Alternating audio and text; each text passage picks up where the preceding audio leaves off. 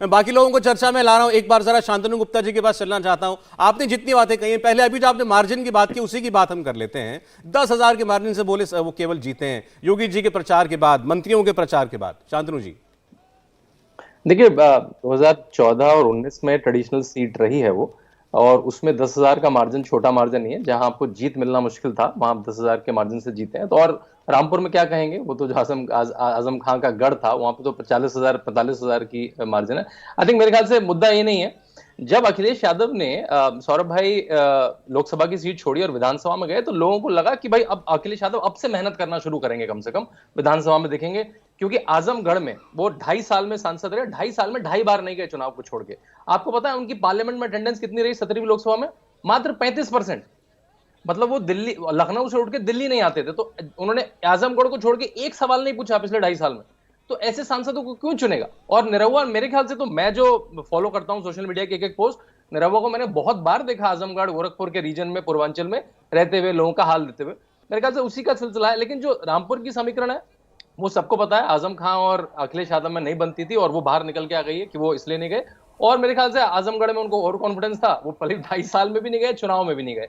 तो मेरे ख्याल से अब पता नहीं, रामपुर में तो देखिए बिल्कुल बाइपोलर फाइट हो गई। कांग्रेस ने और मायावती जी ने अपना कैंडिडेट भी नहीं दिया, तो ये और आसान होना चाहिए था समाजवादी पार्टी के लिए। और देखिए एक थोड़ा सा मिसनोमर भी है, हम लोग कई बार इनको गढ़ बोलते हैं, एक तरह से गढ़ नहीं है। 2009 में मुझे याद है रमाकांत यादव भाजपा ने सीट निकाली थी, और 2014 में डॉक्टर नेपाल सिंह ने रामपुर की सीट निकाली थी। हाँ, 2019 में क्योंकि दोनों साथ आ गए थे, तो उसका फायदा तो मिला था। तो 50% 60% वोट आ गया। तो अब मेरे ख्याल से सपा को यहां से सोचना पड़ेगा कि वो अकेले चुनाव लड़ पाएगी उत्तर प्रदेश में कभी, या उनको किसी का सहारा ही लेना पड़ेगा। नहीं, महत्वपूर्ण बात इसीलिए क्योंकि आजम खान वहां से अभी जीते, जीतने के बाद विधानसभा का चुनाव भी जीते। ऐसे में इस जीत को जो है महत्वपूर्ण माना जा रहा है। और ऐसे अखिलेश यादव जो सीट छोड़े, उस सीट पर बीजेपी जीत जाए तो उसकी चर्चा जरूर होगी, और बीजेपी ठीक है उसको बनाएगी भी जरूर। जैसा योगी जी ने राय साहब आज कह दिया कि तो 2024 का स्पष्ट संकेत है। आप कैसे पढ़ रहे हैं इन दोनों उपचुनाव के नतीजों को? पहली बात तो जो लोग जीते हैं उनको बधाई।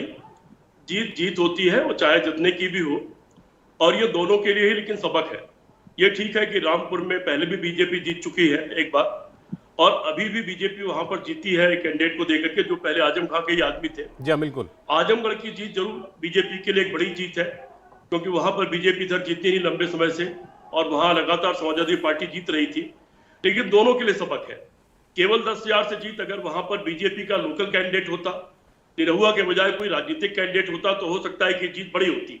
लेकिन यह भी सच है कि अगर समाजवादी पार्टी का भी कोई लोकल कैंडिडेट होता, वहीं का कैंडिडेट होता, परिवार के लोगों को हर जगह थोप करके जबरदस्ती एमपी बनाने की कोशिश नहीं की जा रही होती, तो शायद आजमगढ़ ने भी ये जवाब नहीं दिया होता, बल्कि समाजवादी पार्टी को 50,000 से ज्यादा वोट से हो सकता है जिता दिया होता। लेकिन परिवार को हर जगह भेजना, सैफई को हर जगह जिताने की कोशिश करना, मैंने पहले दिन इस पर ऐतराज किया था। अभी पर्चे भी दाखिल नहीं हुए थे, और तब मैंने कहा था क्या पूर्वांचल में लोग मर गए हैं? क्या पूर्वांचल में कोई नेता नहीं बचा कि सैफई के आदमी को हर जगह भेज देंगे, परिवार के आदमी को? और ये मुद्दा आजमगढ़ में चल भी गया भाई साहब। हमें ऐतराज है इस बात पर कि हर जगह सैफई एक परिवार ही क्यों जाएगा। तो वो कहीं ना कहीं उसका असर दिखलाई पड़ा है। एक सच ये भी है कि 2017 से पहले जब मुलायम सिंह यादव को निकाल दिया गया था अध्यक्ष पद से, और उनकी पार्टी कब्जा कर ली गई अखिलेश यादव द्वारा, तब से लेकर अब तक जितने चुनाव हुए हैं, सारे चुनाव समाजवादी पार्टी हारी है। पिछला चुनाव चूंकि आमने सामने का चुनाव हो गया था और कांग्रेस और बसपा दोनों लड़ाई से बाहर हो गई थी, उसमें समाजवादी पार्टी को एक गेंद जरूर दिखलाई पड़ रहा है।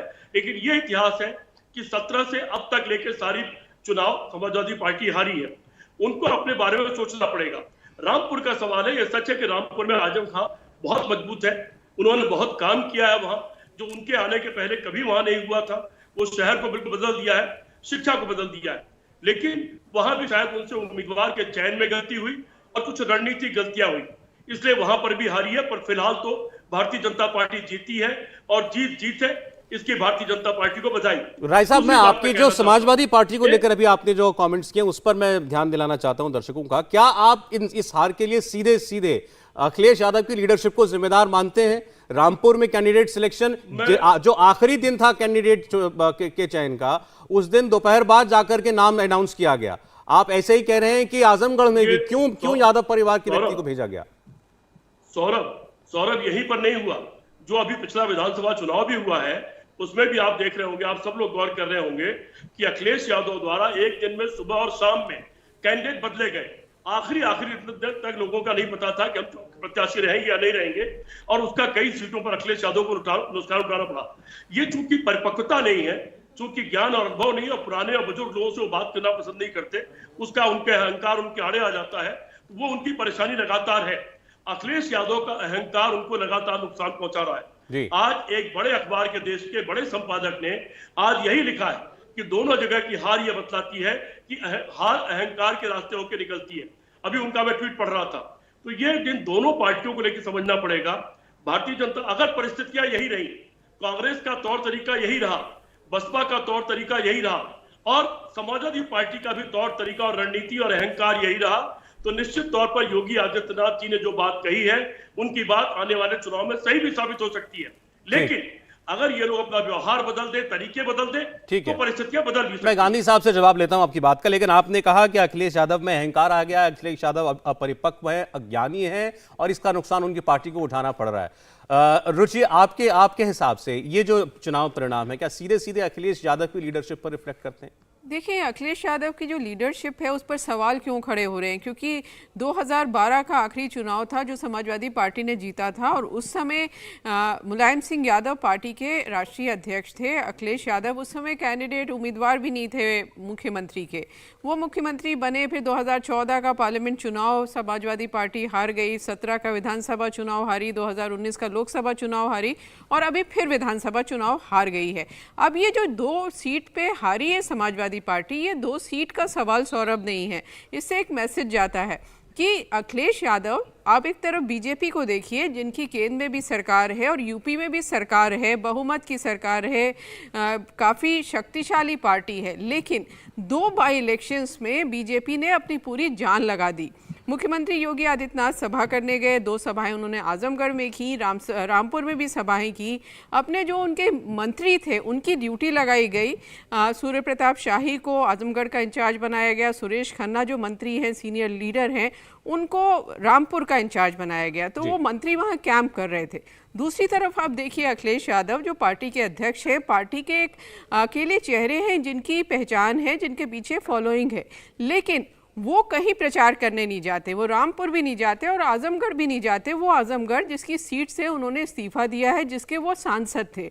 अब इसके पीछे क्या वजह है पता नहीं, वो क्यों नहीं ही गए। 2 वजह जो आमतौर पर दिखाई दे रही हैं और जो कुछ लोग कह रहे हैं। रामपुर की बात करें, आजम खान है, शायद देख लेंगे, और 50% से ज़्यादा मुस्लिम वोट है। आजमगढ़ में यादव वोट और मुस्लिम वोट मिलाकर के 50% से ज़्यादा है। मैंने सीट छोड़ी है, अखिलेश यादव जी ने सीट छोड़ी है, एक वोटर लॉयल्टी उन्होंने शायद अज्यूम कर ली कि मेरे साथ रहेगी। क्या ये वजह रही?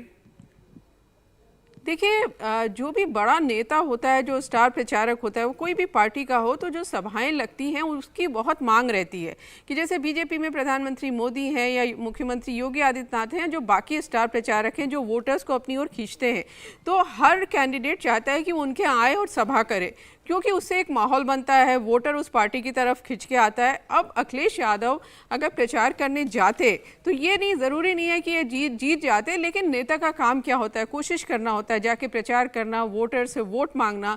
तो आजमगढ़ में इसका क्या मैसेज गया होगा कि एक तो अखिलेश यादव ने वो सीट छोड़ दी, और सीट छोड़ने के बाद वो प्रचार करने के लिए भी नहीं आए, ना उन्होंने कोई सभा की, ना कोई उन्होंने किसी तरह का प्रचार किया, ना कोई अपील जारी की। तो इसका असर तो सौरभ आपको मैदान में दिखेगा ही। बाकी भी बहुत सारी वजह हैं जिसकी वजह से बीजेपी इन दोनों सीट्स पर जीती है, चाहे वो आजमगढ़ हो चाहे रामपुर हो। रामपुर में एक बड़ा फैक्टर आजम खान का भी है कि जो उनका एक तरह का ऑरा एक ज़माने में रहता था आजम खान में। हालांकि विधानसभा में समाजवादी पार्टी ने वहाँ अच्छा प्रदर्शन किया, 5 में से 3 जीत गई, आजमगढ़ में 10 में 10 जीत गई, लेकिन विधानसभा चुनाव के कुछ दिन बाद ये चुनाव हो रहे हैं और इसमें इतनी बड़ी हार सच में समाजवादी पार्टी के लिए मुश्किल की घड़ी है। क्योंकि एक तो जो पार्लियामेंट का चुनाव है उसमें उसके लिए एक मैसेज है कि बीजेपी, जैसा मुख्यमंत्री योगी आदित्यनाथ ने कहा कि सारी सीट जितनी लोकसभा की वो सब जीत कर ले जाएगी अगले चुनाव में। दूसरी बात यह है कि लोकसभा में जो एक ग्रुप का एक मान्यता होती है कि समाजवादी पार्टी को एक ग्रुप के तौर पे मान्यता मिली हुई थी,